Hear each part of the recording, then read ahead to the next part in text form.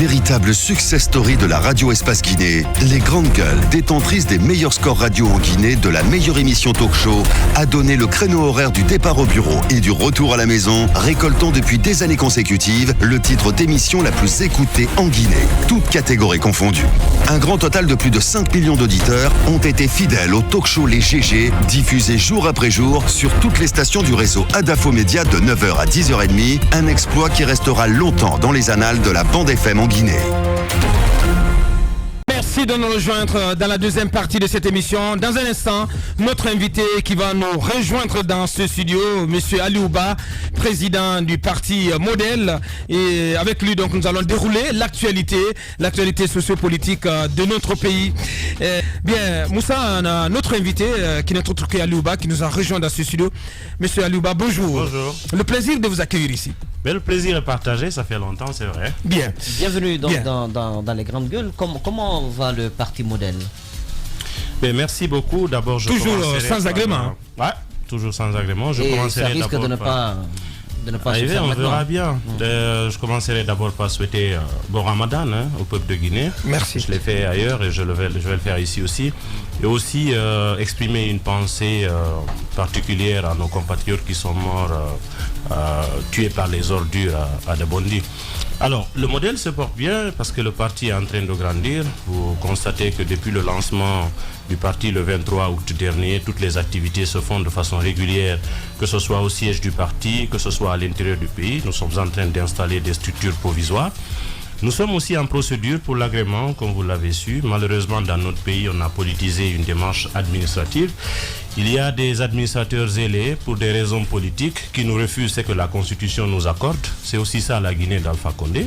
Nous sommes en recours auprès de la Cour suprême. Nous continuons d'espérer que des magistrats prendront le courage de nous rétablir dans nos droits parce que nous n'avons jamais demandé des avantages, encore moins des privilèges. Nous sommes des Guinéens qui avons le droit de nous organiser, de nous constituer en parti politique. Et derrière, il y a des gens qui estiment que notre discours ne les plaît pas, notre position ne les convient pas. Donc c'est la gouvernance par les humeurs. Donc on nous méprise, on refuse qu'on exerce nos droits et nos libertés. Et pourtant, nous avons choisi le multipartisme intégral en Guinée. Nous avons le droit de participer aux compétitions électorales. Et le modèle a la particularité de contribuer qualitativement au débat à travers nos idées, nos innovations. Et moi, je pense que c'est ce qui est encouragé. Contrairement à cela, on préfère des partis politiques va-t-en-guerre, des leaders politiques qui sont des pyromanes, qui n'ont qu'un agrément, qui n'ont pas d'état-major, qui ne font aucune activité sur le terrain. Mais on préfère leur donner Vous avez un état-major déjà constitué? Absolument, nous avons un organe provisoire de direction que je dirige parce que c'est ce que la loi nous permet de faire en ce moment. Nous sommes respectueux des lois. En attendant la tenue du premier congrès électif qui va valider les structures du parti et bien entendu les responsables, nous avons des structures installées un peu partout en Guinée et dans le monde. Et nous respectons ces compatriotes qui se battent et qui se reconnaissent de plus en plus au modèle comme étant une des alternatives les plus crédibles dans notre pays. Mais l'attitude de nos autorités nous désole, certes, mais ça ne nous démotive pas. Parce que nous sommes convaincus que nous sommes sur la bonne voie. À partir du moment où le droit est de notre côté, nous ne craignons rien. Nous continuons d'avancer. Nous sommes au service de notre pays. Bien, à l'orée de 2020, comment vous regardez le paysage politique guinéen? Est-il en train de se recomposer comme cela se doit ou il se recompose au gré des intérêts politiques en fonction justement de ce cap important pour notre démocratie, le cap 2020, le cap 2020? Vous pensez que avec ce qui s'annonce, cette présidentielle 2020, qu'il y a une redistribution des cartes et que les masques sont en train de tomber, que chacun sera à sa place avec la décantation qui va avoir lieu? Oui, nous pensons qu'il y a une dynamique irréversible, c'est-à-dire un renouvellement de la classe politique s'impose, non pas le renouvellement par l'âge, mais par les idées, par les pratiques, parce que le critère d'âge à lui seul ne suffit pas pour garantir le succès. On a des pays où on a des chefs d'État jeunes qui se comportent en dictateurs, tout comme on a des pays où on a des chefs d'État vieux qui se comportent bien. Donc on ne peut pas tout simplement dire par le fait que Ali Ouba soit jeune que ça garantit des vertus. Il faudrait bien que ce soit accompagné de compétences, que ce soit accompagné des valeurs et bien entendu un patriotisme et tout ce qui va avec. Donc nous sommes dans cette logique à se dire que 2020 est un rendez-vous important à l'issue duquel une recomposition va se faire, bien entendu. Même une décantation. Une décantation. Il y a une nouvelle génération quand même de politiciens qui sont en train de plus en plus de prendre de la place. Vous y croyez quand on voit l'empreinte, la patte, notamment de la vieille classe politique guinéenne sur le débat, je dirais même sur les opinions, et quand on regarde surtout la sectarisation de notre société? Vous y croyez à cette émergence des J'ai envie de savoir aussi de quelle nouvelle génération d'hommes politiques vous parlez. Parce qu'on n'en connaît pas assez ces jeunes politiques. Vous savez, ce qui est arrivé souvent dans notre pays, et d'ailleurs c'est cette naïveté entre guillemets qu'il faudrait décrire, c'est le fait que des gens qui ont des compétences avérées refusent de s'engager en politique. Parce que jusque-là, le constat, nous le faisons tous, c'est l'espace vide qui a profité à des gens moins qualifiés pour être en politique. Si les Guinéens définissent la politique comme étant l'art de mentir, c'est parce qu'elle a été pratiquée que par des menteurs. Il est temps que des Guinéens qui sont dans des entreprises, que des Guinéens qui ont pris des initiatives, c'est une définition, qui ont fait des carrières. C'est une définition pas que propre à la Guinée, Aliouba. Écoutez, moi je la vois beaucoup dans plusieurs autres pays, politique est assimilée à menteur. L'art de mentir. Oui, justement. Et même dans les usages de la langue française, politique c'est mentir. Non mais écoutez, vous savez, c'est relatif. Chacun a sa perception de ces choses. Moi je crois à des politiciens vertueux. J'en connais beaucoup, je peux vous citer beaucoup d'exemples. Il ne suffit pas de prendre les mauvais exemples guinéens. Peut-être la Guinée, c'est pas une planète, c'est un pays. Donc il y a d'autres pays aussi qui fournissent des mauvais exemples. Mais pour nous, la politique, c'est l'art de diriger et de faire des résultats dans le sens de la satisfaction des besoins des gens. Donc moi, je suis optimiste pour la Guinée, en ce sens que l'appel que nous lançons, quand je prends le modèle en particulier, aujourd'hui, il y a des gens qui viennent pour nous dire, pour la première fois, nous sommes intéressés à un projet politique, nous sommes prêts à nous investir. Et la politique n'est pas un métier, ça ne doit pas être un métier, c'est une vocation qui doit être compatible à toute activité professionnelle. Vous pouvez être un bon médecin, vous allez en politique, il faut savoir accumuler compétences, rigueur, des résultats, expérience pour mettre tout ça ensemble pour devenir un décideur. Si vous ne le faites pas, ceux qui sont moins préparés à le faire seront les législateurs. Ils prendront des lois, des initiatives de loi qui vont s'appliquer à vous. Vous êtes le plus intelligent, le plus compétent, le plus expérimenté, mais vous subissez les conséquences de votre non-engagement à travers des gens moins compétents qui sont devenus des législateurs. Le peuple ne choisit que ce qu'on lui propose. Si les gens ne s'investissent pas en politique, ils ne viennent pas demander l'électorat. Moi, je suis plus intéressé à un mandat électif qu'à un mandat nominatif. Parce que le mandat électif vous permet d'être en contact direct avec l'électorat. Vous avez la redevabilité, vous venez vers les gens, vous évaluez ce que vous avez posé comme acte à leur niveau. Donc je pense qu'un tel message peut être compris et qu'enfin des Guinéens de valeur peuvent venir sur le terrain politique pour que la politique soit redéfinie sous son angle le plus noble. Bien. Alors, Aliou, j'aime bien ce discours que vous êtes en train de tenir. Oui, on va en venir tout à l'heure à l'actualité. Ouais. Mais il y a cette question qui me revient tout le temps.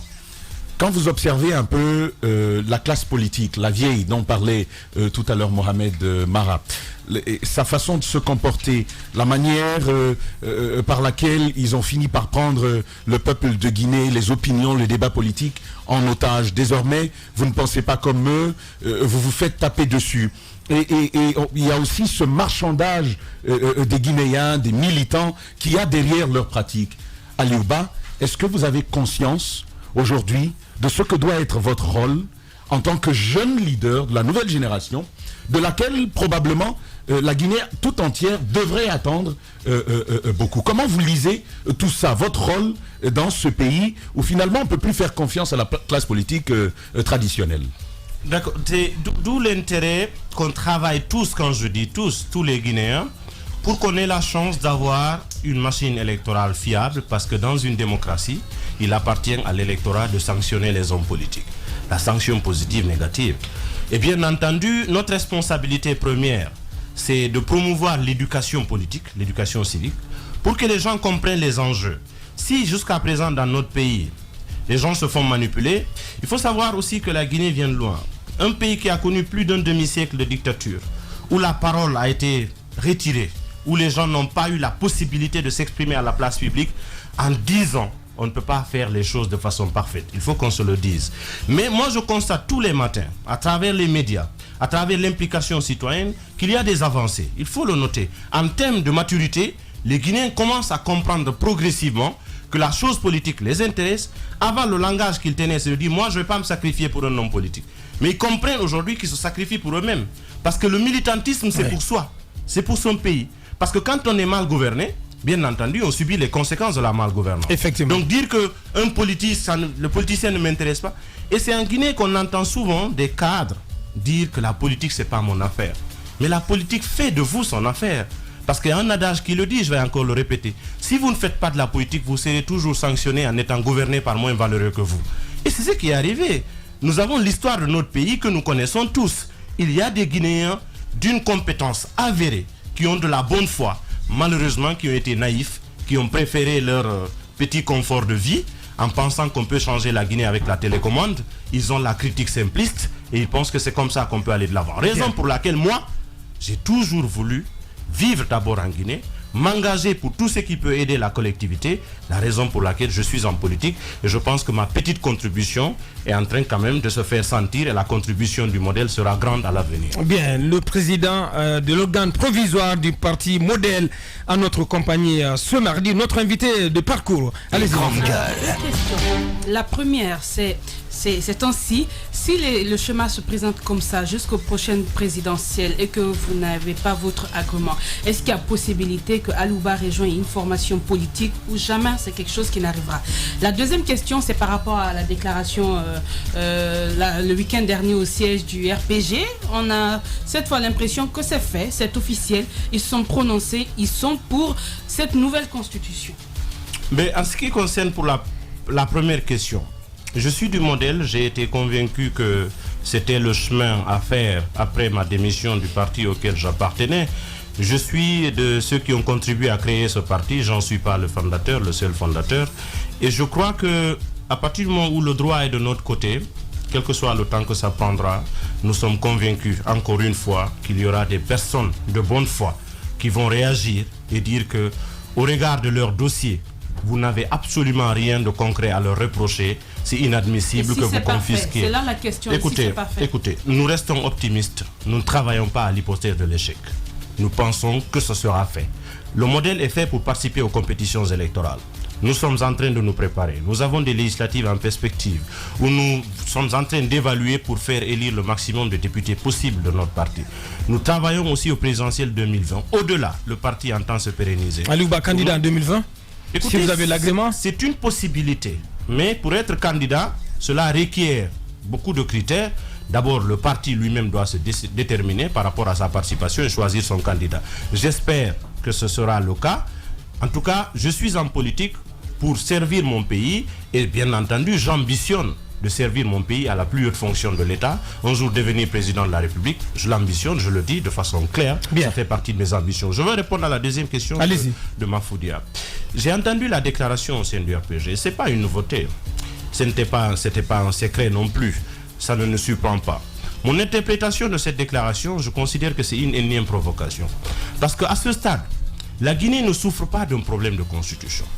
Et ceux qui sont en train de manipuler le droit pour dire que le président a le droit de proposer une nouvelle constitution, je n'ai vu nulle part dans nos textes où cela est inscrit. Il peut prendre l'initiative de révision. Réviser une constitution, tous les États du monde progressent. Toutes les sociétés sont en mutation. À chaque besoin correspond un type de comportement. Mais aller jusqu'à changer la constitution actuelle, nous ne sommes pas en état de guerre, nous ne sommes pas en état de siège. Il n'y a pas une situation exceptionnelle qui le justifie. À un an de la fin de son deuxième et dernier mandat, nous proposer une nouvelle constitution pour pérenniser un homme à vie, c'est assez décevant. Je vais vous dire une chose. Alpha Condé qui a combattu deux régimes pour les mêmes pratiques qu'il est en train de rééditer aujourd'hui. Où est sa conviction? Était-il convaincu de son combat? Il a été en exil pour le premier régime, pour avoir un idéal. Il a été en prison pour le second. Tout ce sacrifice-là, c'est pour nous reproduire ce qu'il veut faire là. Un pouvoir à vie, mourir au pouvoir, comme ses prédécesseurs, ça va compromettre l'avenir de plusieurs générations. Nous n'avons pas un autre pays. Nous n'avons que la Guinée. Nous ne voulons pas vivre en exil. Nous ne voulons pas sortir de notre pays. Nous en avons marre de voir nos sœurs, nos frères mourir dans le désert, dans la mer. Mais ce n'est pas de cette oreille qu'on l'entend du côté de ces partisans qui estiment que si tous les moyens il a le droit de proposer une nouvelle parce que ces partisans, ce sont des opportunistes et des profiteurs. Je vais vous donner un exemple. Le RPG est un parti qui existe depuis la fin des années 80, qui n'a toujours eu qu'un seul président, qui a une jeunesse qui a le mérite d'avoir mené un combat. Aujourd'hui, ce parti est pris en otage par des opportunistes aventuriers de la 25e heure. Un parti qui a été incapable de produire un premier ministre pendant 9 ans de gouvernance. Quels sont les premiers ministres qui se sont succédés? Un parti dont ceux qui sont aujourd'hui... Ça dépend pas d'eux. Le choix d'un premier ministre venant de RPG... S'ils n'ont pas pu l'imposer à leur propre champion. Mais non, mais ça dépend du président. Moi, je vais vous donner les raisons. Aujourd'hui, ceux qui s'agitent par rapport au troisième mandat ou aux modifications constitutionnelles, aux nouvelles constitutions, il faut les voir, ce sont des opportunistes profiteurs de la 25e heure. Et aucun d'entre eux n'est crédible. Quand les militants du RPG se faisaient malmener à Banankoro... Vous faites référence à qui? Non, mais j'en viens. Quand ils se faisaient malmener à Banankoro, humiliés à Banankoro par Bourema Condé, Damaro Camara et de Kerouane, de Damankoro, il vivait un exil doré aux États-Unis. Est-ce qu'il avait pris, à l'époque, il avait tenu une déclaration pour condamner ça? Il avait pris position par rapport à l'arbitraire, à l'injustice. Quand les militants du RPG se faisaient réprimer à Sigiri avec M. Savané et tous ceux qu'on connaît, il y a des militants du RPG qui sont respectables, qui sont de conviction. Ils sont où aujourd'hui? Les bourreaux d'hier, aujourd'hui, sont devenus des champions. La jeunesse du RPG doit reprendre le parti en main. Pourquoi ne convoque-t-il pas un congrès électif pour renouveler les instances du parti et bien entendu préparer une convention? Mais ça dépend pas ça dépend du grand maître. Mais justement, c'est ce qui est terrible. J'aurais voulu. J'ai écouté la dernière fois. C'est intéressant. Non mais écoutez, vous avez des idées. Vous avez des idées révolutionnaires, Aliouba. Sauf que ça se passe pas comme ça, comme vous le pensez, Aliouba. Je ne militerai jamais dans un parti. Je ne militerai jamais dans un parti pour promouvoir un homme à vie. Je suis pas venu en politique pour construire un homme. Je suis venu pour accompagner un projet. Tous ceux qui peuvent le porter et le mettre sur le terrain, je peux les soutenir. Le militantisme, c'est cela. Et d'ailleurs, M. Diané qui est venu la dernière fois au siège du RPG, j'aurais bien compris qu'un homme comme Mohamed Diané, ministre de la Défense, puisque c'est quelqu'un de légitime au sein du RPG, c'est pas un arriviste, pas du tout, qu'il dise clairement, écoutez, j'ai le profil pour être investi comme candidat du RPG. Même les détracteurs l'auraient compris, parce que c'est de la démocratie. Mais venir dire qu'il faut soutenir un homme... C'est entrer en rébellion complètement. Mais c'est pas en rébellion, c'est son droit. Non, mais écoutez, c'est pas une rébellion. Du côté du RPG, ça se comprendra que Saloum Cissé est devenu simplement quand il a réclamé un troisième mandat pour le RPG, mais pas pour le président. Mohamed Diané qui a toujours été dans l'ombre d'Alpha Condé, je le vois mal aujourd'hui en train de se dresser contre Alpha Condé. Il est sur une autre planète en fait. Le problème ici, mais c'est pas les principes. Non, c'est pas les principes que les gens défendent. Mieux. Dites-moi qu'il a admetté avec moi qu'il a la légitimité de revendiquer une candidature du RPG à une élection présidentielle. Mais si. Mais voilà, moi c'est de ça que je parle. La tradition, pourquoi il se réveille pas? Et la tradition, Aliouba, vous savez vous-même, on a pris l'habitude de dire, si c'est un bon président, on peut lui donner un troisième mandat. Oui, ça c'est Vous avez suivi ce que écoutez, c'est aussi ça le débat sur cette histoire de troisième mandat. Si c'est Loudalen Diallo a estimé qu'à l'époque, Lansana Conté étant un bon président, il avait le droit à avoir un troisième mandat. Ça, c'est une logique que les autres aussi peuvent vouloir revendiquer ce matin. Mais alors, Aliouba, moi, la question aujourd'hui, c'est comment rompre avec cette tradition? Parce que ce qu'on a vécu hier existe aujourd'hui au sein du RPG Arc-en-Ciel. C'est la même histoire qui se réédite.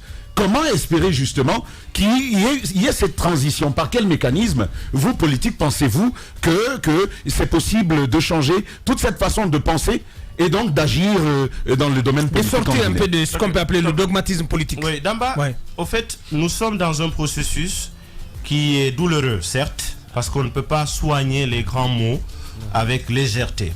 Et l'objectif surtout le fait qu'il y ait des verrous dans cette constitution, je pense que c'est la première d'ailleurs, celle du 7 mai 2010, qui fait des verrous par rapport au nombre et à la limitation des mandats. Je pense que c'est un acquis que nous devons tous préserver. Pourquoi? Parce que il faudrait qu'on crée un précédent intéressant pour l'avenir. Imaginez qu'on ait une cérémonie en 2020 de passation de service entre un ancien président et un nouveau président. Très beau. Ce serait déjà salutaire. Nous rêvons de ça, nous la jeunesse guinéenne. Ceux qui sont nés après 1980, ils perdent plus le temps à regarder dans le rétroviseur. Ils voient les opportunités que ce pays peut offrir à chacun de ses enfants pour travailler à matérialiser ces opportunités-là. Les différents discours rétrogrades qui justifient des dérives et tout ce qu'on a connu, je ne me reconnais pas en cela. pour moi, c'est une question de règles. Vous avez été déçu de sorties de ces loups? Moi, je me fige. Je pose une question en vous regardant dans le visage. Vous avez été déçu? Il ne s'agit pas d'être déçu. Ouais, il y a quand même... Je ne suis pas de ce type de quand discours. Même des discours... Pensiez-vous qu'il pouvait tenir un tel discours? Assez différents sur 3 chaînes de télévision, sur 3 chaînes de médias différents. C'est quand même le chef de file de l'opposition. Je pense, mon humble avis, et qu'il aurait dit les choses autrement. Je pense que c'est une ratée en matière de communication. Bien. Parce que justifié par le fait que tel était bon. Obama était un bon président. Pourquoi est-ce qu'il n'est pas éternisé au pouvoir? Ce sont les règles de la démocratie. Et d'ailleurs, on a l'intérêt... Aucune œuvre ne peut être parfaite. Elle ne peut pas s'achever par le fait d'un mandat. Chacun continue sur ce que son prédécesseur... Il y a un adage qui dit que la valeur d'un dirigeant se résume à l'état dans lequel il a laissé son pays. Vous ne pouvez pas retrouver une situation chaotique et dire que vous êtes valeureux. C'est dans la continuité, la préparation de la relève que vous avez tout le mérite. Alors vouloir dire que si c'est pas moi, ça ne marchera pas, c'est déjà un échec. C'est l'équivalent du père de famille qui dit que sans lui, sa famille va se désarticuler. Ça veut dire que lui-même il a échoué. Notre invité ce mardi, M. Aliouba, donc vous l'écoutez depuis le début de cette deuxième partie, il est avec nous ce matin. Allez-y, Moussa Moïse. Vous avez dû en placer 2. Le RPG s'est cantonné pour voiler un peu l'intention qui est derrière le soutien à la modification constitutionnelle, au référendum, sans faire mention du fait que c'est pour accorder un autre mandat au chef de l'État. Le RPG a demandé plutôt au peuple de Guinée, et qu'il partirait d'ailleurs en ordre de bataille bientôt, au peuple de Guinée, en fait, que le peuple de Guinée soutienne cette modification constitutionnelle. Cette nouvelle constitution. Est-ce que vous croyez en la sincérité de ce message? Peut-être que le président de la République souhaite, au dernier jour de sa présidence, donner une constitution qui reflète la réalité de notre pays, une constitution qui donne plein pouvoir aux institutions et autres. Est-ce qu'on peut dire le président Alpha Condé est de bonne foi? Ça, c'est la première question. Le RPG plutôt. Le RPG est de bonne foi. La deuxième question, c'est au sujet de la technique qui a été la vôtre, avec la création du modèle. Est-ce que vous n'avez pas péché par votre empressement? C'est-à-dire que vous saviez le verbe que vous avez, les propos que vous tenez qui sont caustiques à l'égard de la gouvernance. C'est la même histoire que le bloc libéral, le Moussa Moïse. Oui, alors vous l'avez fait et vous savez que les discours caustiques de ce genre, les missiles que quand on les reçoit du côté de l'administration, eh bien ces missiles passent très mal. Vous êtes en quête de votre agrément. Aujourd'hui, les verrous sont fermés. Les verrous sont complètement... tout est verrouillé à ce niveau-là. Si tant est que vous n'obteniez pas de résultats au niveau judiciaire, que deviendra le modèle? Quelle voie vous reste-t-il? Oui, qu'est-ce que vous allez faire? Est-ce que vous allez fondre dans un parti politique ou militaire? Mais écoutez, vous savez, Moïse, pour la deuxième question, c'est comme si on reprochait à des citoyens d'avoir respecté la loi. Non, on ne défend pas le gouvernement. Non, mais je ne dis pas que vous le défendez. Je fais la précision. Vous savez ce qui est important en politique, Aliouba, c'est le réalisme. Vous avez compris. Je pense l'avoir compris. Oui. Peut-être ma réponse pourra vous édifier que je vous ai compris. Si je ne vous ai pas compris, vous pouvez me recadrer. Alors, ce que je dirais, nous pensons que par principe, l'administration n'est pas politique. Elle est au service de tous les Guinéens. Une procédure de demande d'agrément pour un parti politique ou une association, c'est prévu par la constitution guinéenne. Et aucun arrêté ou une décision ne peut suspendre ou remettre en cause ce que la constitution, qui est la norme supérieure dans un pays, a mis là-dedans. Quand nous nous sommes retrouvés, éventuellement les difficultés existent. Mais est-ce que c'est une raison de contourner la loi? Est-ce que c'est une raison de négocier ses droits? Est-ce que c'est une raison de négocier l'exercice de ses libertés? Nous nous sommes dit non. On fait la procédure. Aujourd'hui, ceux qui ont des difficultés, c'est ceux-là qui nous refusent ce que notre constitution nous accorde. C'est eux qui ne peuvent pas dormir parce qu'ils ont des problèmes avec leur conscience. Ils savent que ce qu'ils sont en train de faire, c'est injuste. Nous aurions accepté qu'on nous fasse une notification dans les 3 mois pour nous dire vous n'avez pas votre agrément pour telle raison. On se conforme parce qu'à partir du moment où le dossier il est irréprochable, tous les éléments sont dedans, authentifié par un cabinet d'huissier, accompagné par des spécialistes du droit constitutionnel et administratif, nous sommes dans les règles. Ils ont évalué, ils n'ont pas trouvé des reproches à nous formuler, ils ont préféré mettre le pied dessus. Aujourd'hui, nous sommes en recours auprès de la Cour suprême. Si nous allons vers la Cour suprême, c'est une institution de la République. Il y a des magistrats que nous estimons être compétents et de bonne foi. La dernière information que notre avocat nous a remontée c'est de dire que le dossier est au niveau de la chambre administrative de la Cour suprême. Il leur appartient d'en décider. Malgré que le délai prévu est arrivé à expiration, nous restons optimistes. Mais il y a aussi des juridictions internationales, supranationales, vers lesquelles nous voulons Pendant ce temps, à Lyon, les échéances électorales arrivent. Écoutez. Pendant ce temps, à Lyon, les législatives pointent à l'horizon. Je comprends. Pendant ce temps, vous ne Les législatives, c'est en fin d'année. Vous ne pouvez pas vous présenter comme candidat indépendant pendant ce temps. La contrainte de l'agenda, nous la comprenons. Mais nous avons quelque chose de fondamental sur laquelle nous sommes aussi. Nous sommes convaincus, nous n'avons aucun doute qu'avant les législatives, qu'il y aura une décision par rapport à notre agrément. Parce que nous restons du côté du droit. Nous sommes confiants à partir du moment où la loi est de notre côté. Bien. Aucun combat ne se gagne en un jour. Vous avez notifié le cas du BL. Je teste ce combat-là.